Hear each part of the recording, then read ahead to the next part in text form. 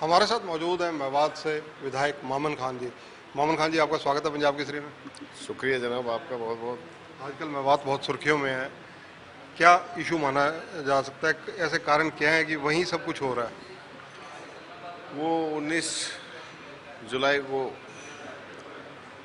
जो घटना घटी थी, जो हमारे बहुत ही अच्छे अफसर सुरेंद्र सिंह, जो खान माफियाओं की वजह से जो गाड़ी से जिसको रोका गया था, उसका दुख तो सारे मेवात को ही है, हर बच्चे को है। मगर सरकार ने उसकी आड़ में जो सर्च अभियान चलाया है, क्या सरकार को ये पहले पता नहीं था कि 7 साल से सरकार बैठी है कि यहाँ खान माफिया सक्रिय है? सर्च अभियान पहले 7 साल पहले क्यों नहीं किया? बहुत सवाल उठते हैं। अब उसके आड़ में सरकार ने मेवात पे वो अत्याचार ढाया, आज तक कभी भी मेवात पे ऐसी मुसीबतें नहीं आई। यहाँ तक कि हमारा राजस्थान स्टेट है, वहाँ माइनिंग्स की अप्रूवल गवर्नमेंट ऑफ इंडिया ने दी हुई है, सरकार ने दी हुई है। वहाँ हमारे ट्रैक्टर भी जाते हैं, जेसीबी भी जाती है, डंपर भी जाते हैं काम करने के लिए। तो जो हमारे मेवा से जाते हैं उनको सबको पुलिस ने ला ला कर थानों में बंद कर दिया और उनका माइनिंग के चालान कराए। ट्रैक्टर जो एग्रीकल्चर में यूज हुए और जो हो रहे हैं उनको भी उठा के ले जाते हैं, उनका भी चालान करते हैं। जो मोटरसाइकिलों के बिल हैं वहाँ नहीं देखते, लोग थाने में आ जाना, मतलब एक जुल्म ढाना कि आके नहीं पेपर दिखाना ले जाना, उन मोटरसाइकिलों को भी नहीं देते हैं।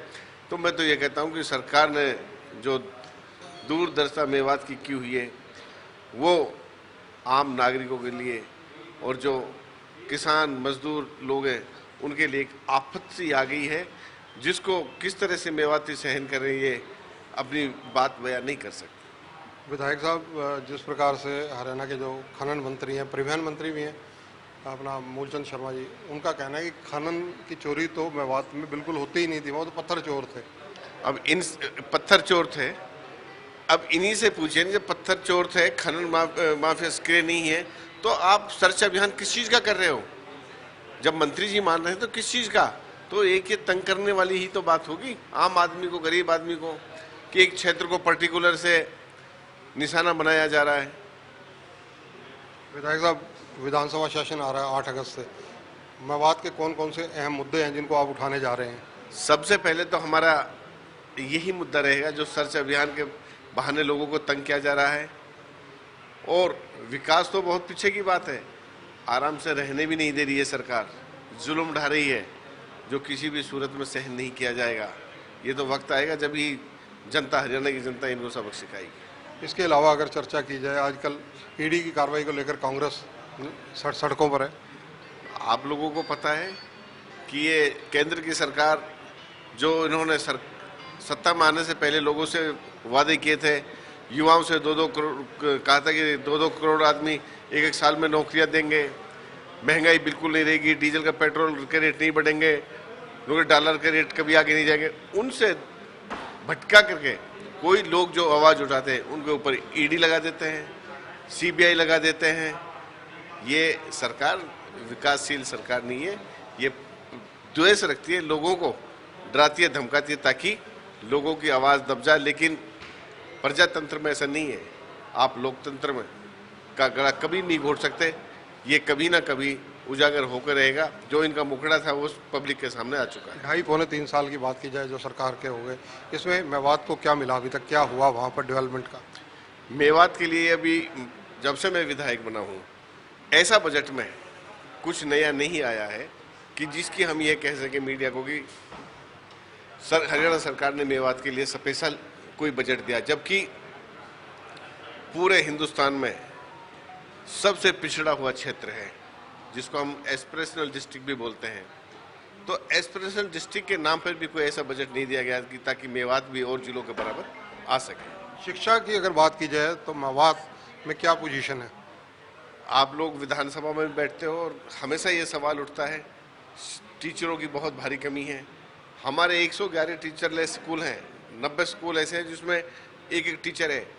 हम ये पूछते हैं, आप भाई उस गांव के एडमिशन कैसे करते हो, टीचर्स नहीं है? तो कहते हैं कि हम दूसरे स्कूलों से टीचर्स वहाँ अपॉइंट करते हैं कि आप वहाँ जाके नहीं एडमिशन करिए। एडमिशन तो होता है लेकिन पढ़ाई बिल्कुल नहीं होती। जब स्कूल में टीचर नहीं तो पढ़ाई कहाँ होगी, तो आप भी जानते हो, हर इंसान जानता है। मजबूरी में लोग, अब गरीब जनता है वहाँ की, सरकारी स्कूलों में भेजने में मजबूर है।